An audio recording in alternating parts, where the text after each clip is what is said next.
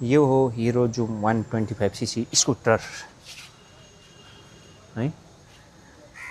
यसको चाहिँ खराबी के छ भने यहाँको यो वायर चारचुर चुड्यो अघि नै, त्यो चाहिँ नपाउँदो रहेछ। मैले भर्खर सर्भिस सेन्टरमा गएर लिएर आएको, 156 रुपियाँ पर्दछ।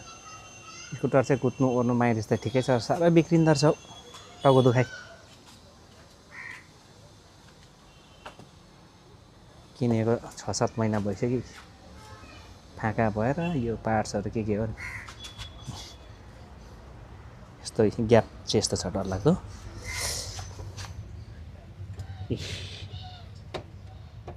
यो खडक खडक गर्ने हावा जाने एकदमै भइसक्यो, एयर कन्डिसन खड्डा खड्डो कि त यो त ठिकै रहेछ।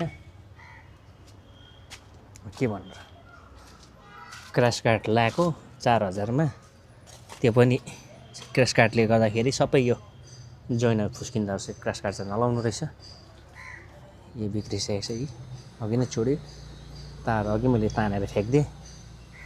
यो चाहिँ अब डल्लै फेर्नुपर्ने रहेछ, 300 रुपियाँ लाग्छ भन्दैछ। अब लगेर आजको भिडियोमा चाहिँ हजुरहरूलाई यसको एक्सिलेटर पनि बिग्रेको छ, हिजोअस्ति बिग्रेको कम्पनीमा काटेर बनाइदिएको थियो, अर्डर भयो थियो, त्यो पनि नआए रहेछ। तार चाहिँ वायर चाहिँ आएछ, त्यसको 156 रुपियाँ लाग्यो है। आजको भिडियोमा चाहिँ हजुरहरूलाई यसको अपडेट दिनेछु। हिरो जुम 125cc स्कुटरको भिडियोमा बनिरहनुहोस् होला। अनि स्कुटर चाहिँ ठेलेर ग्यारेजमा ल्याइसकेको छ, यहाँ बनाइदिन्छ। हत्तु हैरान लुक्स चाहिँ बदबालै छ त स्कुटरको, तर साह्रै बिग्रिँदो रहेछ। ब्रेक सक्छ त्यही माथि, कोही बेला 3 पल्ट फेरिसक्यो 6 महिनामा ब्रेक, 6-7 महिनामा। अगाडिको डिस प्याड 2 पल्ट भयो, पछाडिको 3 चोटि भइसक्यो।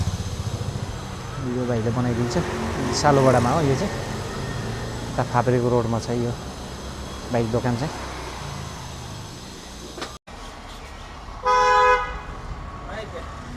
वायर चाहिँ त्यो हो, खतम भइसकेको रहेछ यहाँ, यही चुडेको, बिचमै टुट गएछ होला।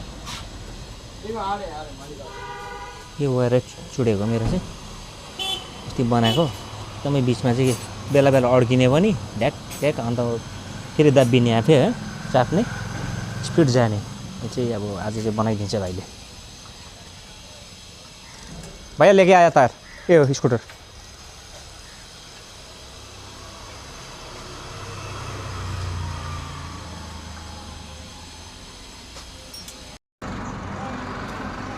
ल तार चाहिँ घुसारे भाइले, यस्तो हुँदो रहेछ है। सजिलै हाल्दा रहेछ चाहिँ हामीलाई भने चाहिँ लाग्छ 2-3 वर्ष। डोरीले तान्दा रहेछ नि। पुरानो चाहिँ यो हो मेरो, यो पुरानो, यसको चाहिँ बिचमै चुडेको थियो, यस्तो पनि चुडिँदो रहेछ। यस्तो फलामको यो तार बटारेको पनि चुडिँदो रहेछ। यसले चाहिँ दुखादियो, फिसिङ गर्नु जाँदै गरेको, आधी बिचबाट चाहिँ स्कुटर ठेला भयो घरसम्म चाहिँ, यो फिट गरिदिन्छ। अब राम्रो गर्दछ भाइले काम चाहिँ। यो यहाँ लाग्छ है, यहाँ लाग्छ।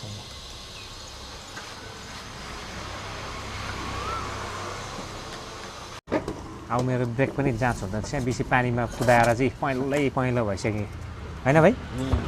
पानीमा बेसी कुदायो भने त्यस्तो हुन्छ, छिटो सक्छ। खराब भयो त यो पानीमा, पुरा सेज भयो हो र है, पुरा गलेको एकदम सबै। फेरि पानीमा पस्नै पर्छ, यसले काम गर्दैन है दिदी।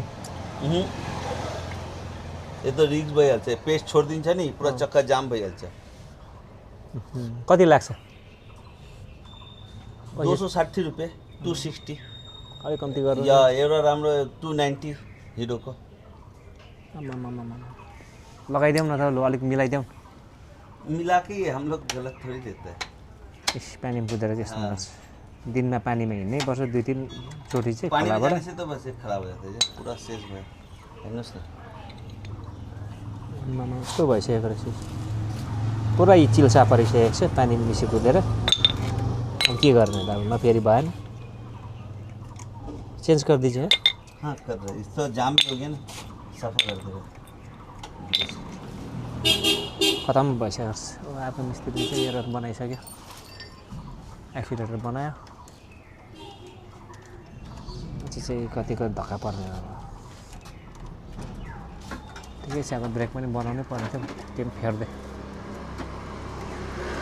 फेरिदिनु पऱ्यो अब बचाउने यही हो मान्छेको ज्यान बचाउने अब यही चाहिँ राम्रो छैन भने फेरि जान्छ खेर होइन सक्दै गइसकेको रहेछ सिक्किममा चेन्ज गरेको यो ठिक छ अर्को लगाइदियो हीरे को लगा दीजिए भाई हीरो का 290 यहाँ थोड़ा सा कम करिए ना क्या है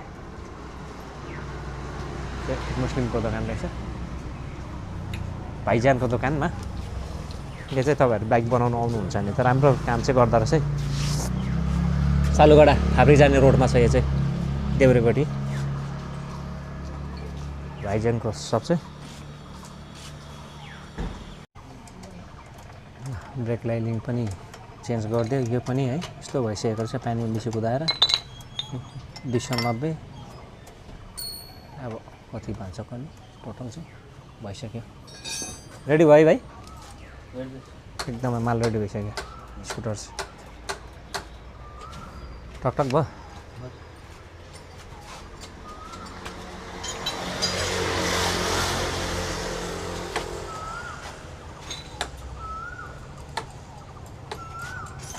त्यो गर्दा चाहिँ ब्रेक लागिहाल्छ ल भयो बन्यो ठिकै छ यसलाई कसिदिएछ है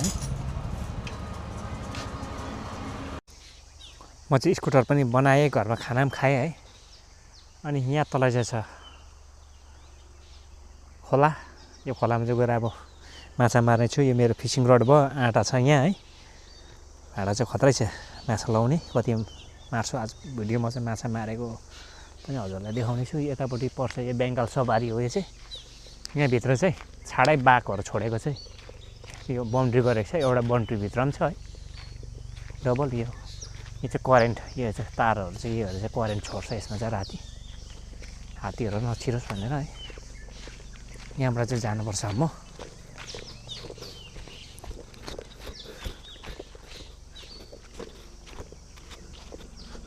घरमा चाहिँ एकदमै कराउँदैछु स्कुटर पनि बिगार्छ माछा मार्नु गएको गर्छ माछा पनि मारेर ल्याउँदैन किन ल्याउँछ भनेर हो गाह्रै छ सनै पर्छ है के गर्नु फिसिङ गर्ने चाहिँ खतरै हो म चाहिँ मन लाग्छ तर माछा चाहिँ मार्न सकिएको छैन अहिलेसम्म चाहिँ यो चाहिँ खोला हो तोरीबारी खोला हो यो चाहिँ बर्खामा चाहिँ अलिकति ठुलो हुन्छ यहाँ त अर्ग्यानिक स्विमिङ पुलहरू छ यहाँ चाहिँ बनिएको यहाँ मुनि चाहिँ उतल चाहिँ देख्दैछ निलो हरिहरि त्यहाँ चाहिँ निकै गहिरो छ है माथिबाट केटाहरूले झम आम फाल्छ भोलि पर्सि अब माथि पनि तिनजना त छ के गर्दैछ माछै मार्दैछन् उनीहरू यस्तै छ खोला चाहिँ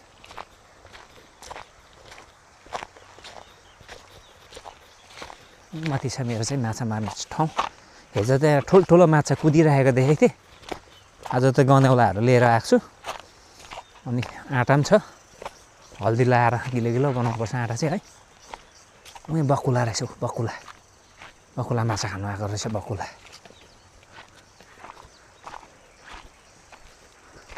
भाग्यो मलाई देखेर बकुला भाग्यो यिनीहरू माछा मार्न आएको रहेछ ऊ माथि केटी पनि आएको रहेछ एउटा औरत पनि माछा मार्ने पार्टीहरू नि झ्यारहरू उखालेको छन् एकदम यिनीहरूले चाहिँ थाल राख्छ के राख्छ करेन्ट लाएर पनि मार्छ यहाँ चाहिँ पानी हाँसहरू पुरा आउँछ माछा खानु आज चाहिँ मान्छेहरू रहेछ र चाहिँ आज पानी हाँसहरू देखेन अब चाहिँ ड्याम्मै नै हुन्छ माछा कुदेको आम्मा बथान छ बथान त त्यो चाहिँ चारो चाहिँ खाँदैन फेरि यिनीहरूले नजियारी माछा भन्छ यसलाई चाहिँ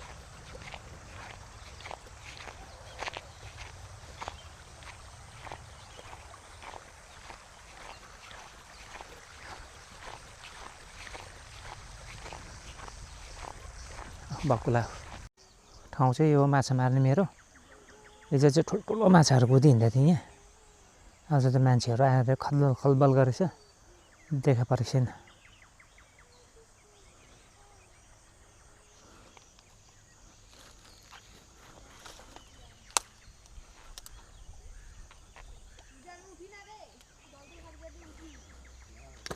यही छ माछा चाहिँ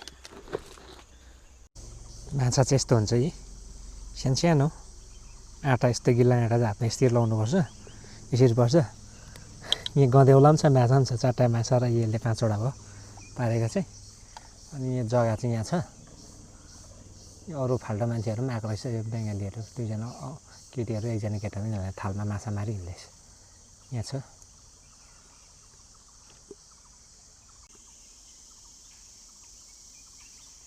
ठुल्ठुला माछा पनि छ तर ठुल्ठुला माछाले चाहिँ खाँदैन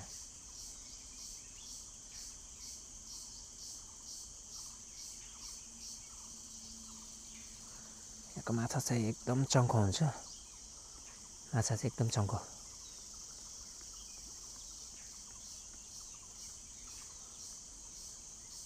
हतपत चाहिँ खाँदैन चारो चाहिँ चारो खानु चाहिँ एकदमै मुस्किल छ चुपो लागेर खेलिरहनुपर्छ यहाँ चाहिँ फालाकफिलिक गरेछ भने माछा भागिहाल्छ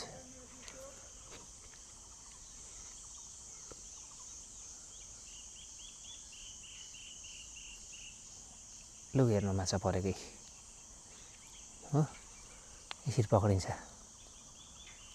ए सानो हो यो कुन चाहिँ माछा ट्रान्सपेरेन्ट माछा हो यो पानीमा देख्दैन यो माछा चाहिँ यसको जिउ मात्रै देख्छ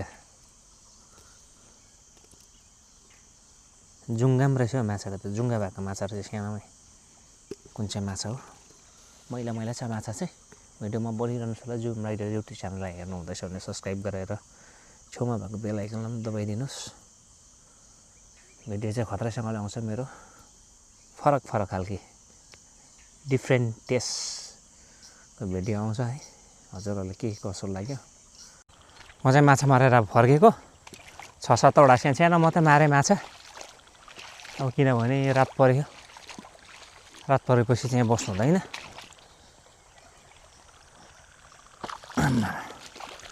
घम गाडिन्छ हिलोमा हो रात परेपछि चाहिँ यहाँ आउँछ चितुवाहरू हात्ती अब यो हरियो पऱ्यो घाँस पलाउँदैछ पुरा आउँछ हात्ती बेला बखत चाहिँ आइ नै रहेको हुन्छ किनभने 5:30 भएछ यो 3जना चाहिँ यहाँ जङ्गलतिर के गर्दैछ केटाकेटीहरू चाहिँ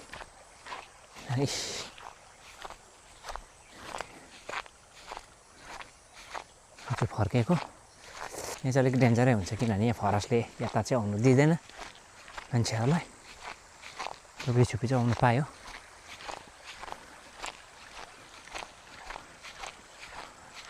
जग्गा चाहिँ एकदमै बबाल छ बर्खामा चाहिँ खतरै पाउँछ यहाँ चाहिँ माछा मार्नेलाई चाहिँ खतरै हो हामीलाई सिकाउरेलाई चाहिँ अलिक गाह्रै छ माछा मार्नु पनि यहाँको भैयाहरूले चाहिँ जोड मार्छ माछा चाहिँ